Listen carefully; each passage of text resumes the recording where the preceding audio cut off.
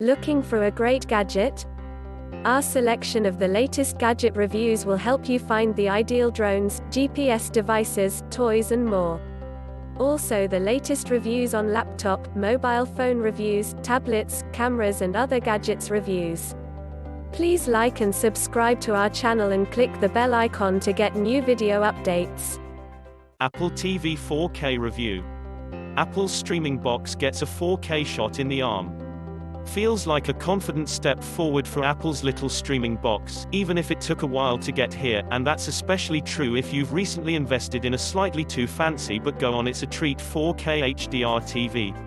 The 4K is one of the best options you've got to place under that TV, with a few caveats. Update: if you're an Apple TV 4K owner, you can expect the next version of tvOS, appropriately called tvOS 13, to arrive on your streaming box in September of this year. New features in tvOS include multi-user support with tailored content recommendations, plus Bluetooth support for the Xbox One and PS4 DualShock 4 controllers. In other Apple news, the iPhone 11 launch saw the Apple TV Plus price and release date finally confirmed. It will cost $4.99 per month, and will be available from November 1st. It can handle all 4K resolution content, with HDR10 and Dolby Vision supported, so the main new standards are covered, and, depending on the TV you've connected it to, the pictures look fantastic. From the flyover screensavers to the menu interface, everything packs in more pixels and looks sharper for it. It's also the only video streaming device to support both Dolby Atmos and Dolby Vision formats. The announcement came during Apple's WWDC 2018 keynote and came alongside the news that iTunes will now stock Dolby Atmos-enabled films and TV shows. Since tvOS, the operating system that both the Apple TV 4K and standard Apple TV use, first appeared, it's really improved. Universal search is getting better all the time, and if you subscribe to Apple Music it makes the Apple TV a competent jukebox, as well as a top-tier movie streamer. The speedy A10X processor means you should be able to navigate the interface and load apps a hair faster than before, and Dolby Vision is a real asset to the streaming device as it's a format that few streaming devices support right now. That said, it's an increasingly competitive market when it comes to streaming content to your large-screen television. Roku, Amazon and Google are all vying for the top spot, so does the Apple TV 4K have enough to fight its way to pride of place beneath your set? Well, maybe, maybe not. The answer largely depends how deeply tied you are into the Apple ecosystem, your TV's limitations and just how much of that scrumptious 4K content you can wrangle up. The Apple TV 4K isn't a flawless system, but if you're looking for a 4K streamer with a few future-facing technologies, a deep-rooted connection to all of your devices and a decent app selection, it might just be the perfect streamer for you. What channels are on Apple 4K TV? Think of viewing on your Apple 4K TV in terms of apps rather than channels. All the catch-up apps you have access to can be streamed through Apple 4K TV, as well as content from other apps like BBC iPlayer, Amazon Prime Video and Now TV. Can you use Apple 4K TV on a non-4K TV? Yes, it does. So if you want an Apple TV right and think you might want to upgrade your TV soon, then get it. We tested it on a regular TV and the picture quality was improved. Does Apple 4K TV work with any TV? Yes, as long as it has an HDMI port you can use it with any TV. Do I need a special HDMI cable? Apple recommends using an HDMI 2.0 cable or later. It's also worth checking for HDMI cables that have the compatible Dolby Vision mark, as they have been tested with Apple TV 4K and a wide range of televisions. An example is the Belkin Ultra high-speed HDMI cable. In terms of price, the Apple TV 4K isn't the cheapest streaming box on the market, an honor that currently belongs to Google's Chromecast. But that premium price is largely to be expected with Apple products, mostly due to the polish and extras on offer.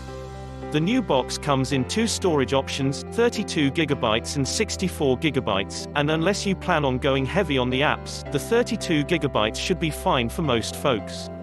That being said, it's worth noting that Apple has recently raised the size limit for apps permitted on the box to 4GB, so if you're thinking of having this as a micro console, then you might want to scale up to be on the safe side. There's not a lot of difference between the price of the new Apple TV 4K and the previous model from a couple of years ago, with Apple clearly keen to encourage consumers to go for the newer model. The 32GB comes in at $179, and the 64GB option at $199. Compare that to the 2015 model, which is now $149, and it makes choosing between them a tough decision. New 4K interface. Sleek interface looks great in 4K. Occasional lag while switching apps. Screen mirroring is great. The new interface on the Apple TV 4K is basically a cleaned-up version of the one that adorned the previous box. It's been upgraded to pack in more pixels and look sleeker on a UHD TV. It's been designed with ease of use in mind, mirroring across devices from iPad to iPhone, using the new TV app, which is coming to parts of the world other than the US by the end of the year, for a consistent experience. The other upgrade here is that coverage of live sports, in the US, has been enhanced to deliver tailored content. You can now see live scores and be notified of exciting moments in games that the Apple TV thinks you might like, making it easier to not miss a beat of the key stuff. We couldn't test this in the UK or Australia as the functionality isn't available yet in these territories. Apple is yet to confirm its release plans outside of the US, but if your box can properly work out the things you like to watch, it could really cause some arguments when you're in the middle of an enthralling film, and have to turn casually to your partner and say, "Honey, can I just?" The overall performance was a touch slow at times, with a spinning loading wheel appearing when transitioning between apps or calling up different shows. However, when we started to stream, the interface was snappy, suggesting that the issue was not with our fiber optic internet connection. This lag can be irritating when you're navigating around the TV and moving from game to TV show, or trying to browse new titles, but it wasn't a prevalent occurrence overall. Of course, streaming videos isn't the only thing can do, it's also a great center for your burgeoning smart home thanks to the integration of HomeKit, Apple's proprietary technology that brings the IoT to iOS. Not only can it control your HomeKit devices, which are starting to make their way into the home quietly in the form of speakers, smart plugs or Philips Hue bulbs, but the ease with which an iPhone or iPad syncs with the Apple TV is impressive. Screen mirroring is instant, and makes it really easy to share content on the big screen. It's not quite as useful as Chromecast if you want to use something like Google Photos, which is superior to the onboard Apple Photos app in terms of the sheer amount of stuff you can save, but it can show pretty much anything else instantly. The only thing that's locked is content from some streaming services, at least that's the case in the UK. Sky Go couldn't be mirrored onto the screen, so it's not a catch-all solution to getting content onto the living room television. It's hard to review the Apple TV 4K and not keep accidentally reviewing the TV instead, because the look of the Ultra HD footage is so clear and crisp. 4K HDR is just the tops if you've got the right TV to watch it on. We went for the Philips 901F OLED TV, and everything looked just sumptuous. We tested it on an older HD LCD set to start with, and the picture quality there was already decent. The images were bright and clear, and the colors looked well reproduced.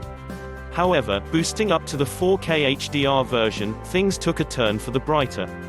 Watching Ghost in the Shell in 4K HDR was showroom quality, the fluid motion of the action, the difference between the brightest and the darkest elements of the scene, and the sheer quality of the colors on display were mind-blowing.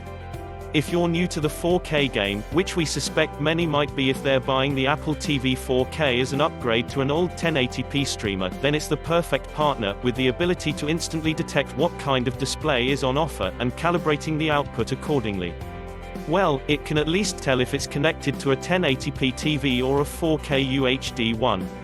This auto-calibration feature, while convenient, doesn't always make for the most pristine images. However, Noth Ghost in the Shell and The Defenders on Netflix were hard to see even with the brightness turned up, which is possibly due to the OLED technology on offer from the Philips 901F. It wasn't that you couldn't see the action, more that the contrast ratio was so strong that your brain had a little trouble processing the information. When we compared that to a non-HDR movie, in this case Guardians of the Galaxy, we found that everything looked brighter and, well, easier to see. Faces in shadow weren't as obfuscated, and the overall effect was just clearer. That said, it also made everything look a little washed out in comparison, so it depends how you like your content. Perhaps brighter HDR films, where shadows are less prevalent, will impress more. We'll update this review when tested on an LCD TV with 4K HDR capabilities. Having Dolby Vision supported alongside HDR10 is a nice move from Apple, especially as some will probably buy this box to improve the look of content on their current standard TV, with a view to upgrading in the future. It's a shame that Dolby Atmos wasn't supported to begin with, but Apple has now brought the premium audio format to the service with the release of tvOS 12, so that's another feature you can put in the positives column. One thing Apple excels at is navigation of content. It's great that Netflix is there from the start as a 4K HDR offering, dark scenes in some shows aside, and being able to search through the service from the home screen, with Siri able to dive straight into Netflix directly, was a really neat touch. Siri isn't able to find the 4K HDR movies and shows, just those in 4K, but even that capability was impressive.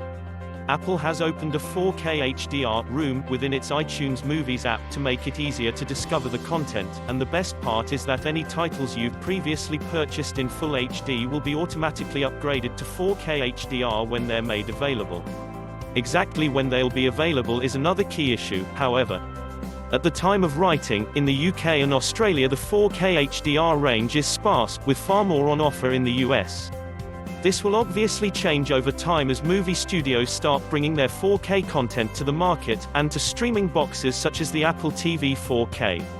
But it isn't all about iTunes. A large amount of 4K HDR content can be found in the Netflix app, as well as on YouTube.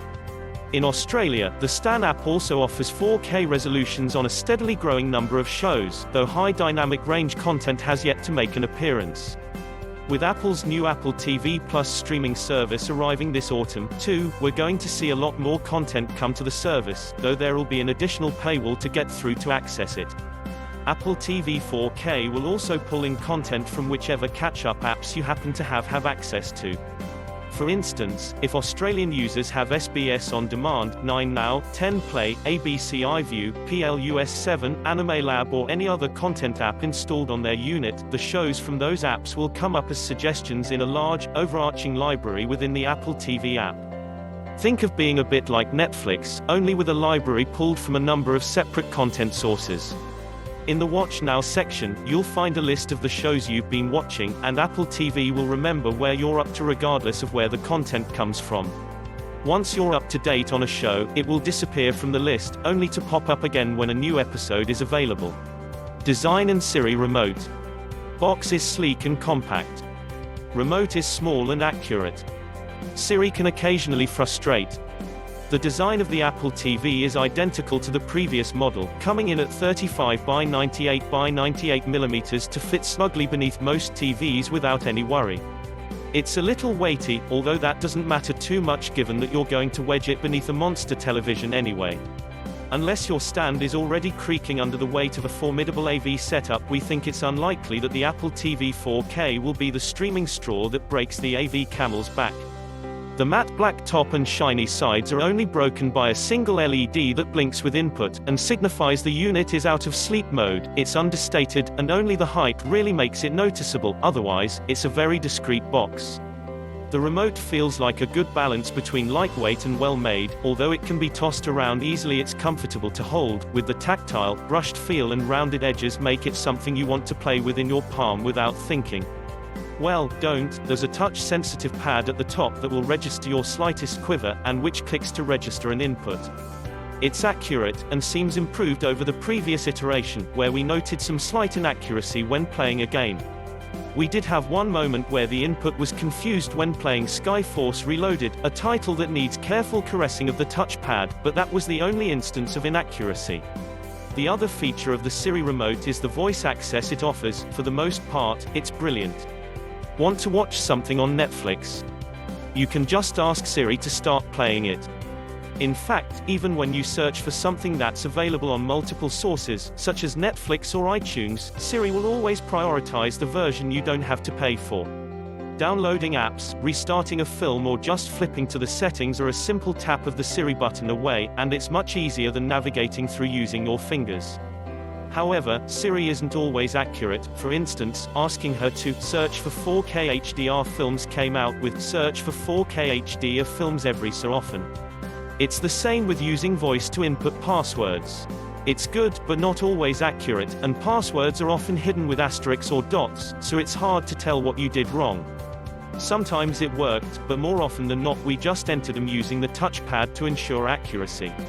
Similar functionality is offered on the Amazon Fire TV with its Alexa remote, and we found that Alexa offered a consistently more accurate experience than Siri when searching for content. Siri Remote works well to control games. Apple Arcade will offer gaming subscription. Fitness functionality through Bluetooth pairing works well. The Apple TV 4K is designed to be more than a TV streaming box, as a device that can function as a music player and a basic console too. At its launch event, Apple made a big deal about the new games that are coming to the new TV box, with the A10 Fusion chip from last year's iPad offering better graphical performance. The power on offer here should really give developers some grunt to work with. However, the game Sky, which did look beautiful in the demos at the launch event, still isn't available on the Apple TV, which is slightly worrying. It's out in beta form for iPhone and iPad. Game developers don't seem to have embraced the device as much as Apple hoped they would. The motion control of the Siri remote means the Apple TV has an instant advantage over other streaming sticks and boxes. While fairly rudimentary, the ability to play tennis games or the fun beat sports with actual swings of the hand is great. These games do often cost though, and seem a little pricey for what's on offer, although you do get access on your iPhone or iPad, too. Many of the titles supported are ones that developers have taken from the iPad or iPhone and turned into something that works well on the big screen, like Alto's Odyssey. We played Dark Echo, a game that's designed to be used with a pair of Bluetooth headphones, and it was terrifying. Combined with the OLED screen of the Philips 901F, it literally had our hairs standing on end. The simplicity of using the touch remote to pace around the invisible land of terrors. Trust us, you need to play this game if you get an Apple TV, or you just want to freak yourself out late at night on an iPhone. Really works on this title. If Apple could find a way to start filling the Apple TV App Store a little quicker, it would give the box the kind of asset that helped propel the iPhone to the sharp end of the smartphone race. The NVIDIA Shield TV has many dedicated games, and while Apple doesn't have its own proprietary controller, it advocates for a few made for iPhone units like the Nimbus Steel series. A necessity for the many games show up as needing a dedicated controller to work correctly. Where the Apple TV 4K is already excelling is in the fitness space. Through its intelligent use of Bluetooth and easy-to-pair sensors, you can get some smart on-screen help with working out. We used the Wahoo 7-Minute Fitness app, which uses the TickRx heart rate monitor. This chest strap can not only show your heart rate during a workout, it can count your reps using the inbuilt accelerometer, and store your progress to let you know how you're getting on in future workouts. It's a little rudimentary, and we'd like to see more apps and sensors taking advantage of the sensor connectivity, and they are coming, with indoor cycling powerhouse Zwift the latest to launch on tvOS. The Apple TV 4K can also function as a HomeKit hub, so a quick word to your Siri remote will shut curtains, turn off lights or start whichever system you've got connected smartly, and that alone is a good reason to have the box. But, once again, the issue here is that all this can also be found on the previous Apple TV box, which is still on sale. The functionality is excellent and entertaining, but it can be had for cheaper if you're not bothered about the 4K performance. If you don't have a 4K HDR TV, it's hard to recommend the Apple TV 4K, because it really only adds a bit more grunt and higher res output capabilities. Beyond that, it's almost identical to the previous model, and the price is a lot higher than the competition, so it probably makes sense to go for 2015's Apple TV if you have no aspiration to improve your setup. That said, those who've brought 4K HDR-ready televisions into their living rooms already will find that the Apple TV offers plenty of 4K content, along with some terrific upscaling capabilities that make everything look as sharp as possible.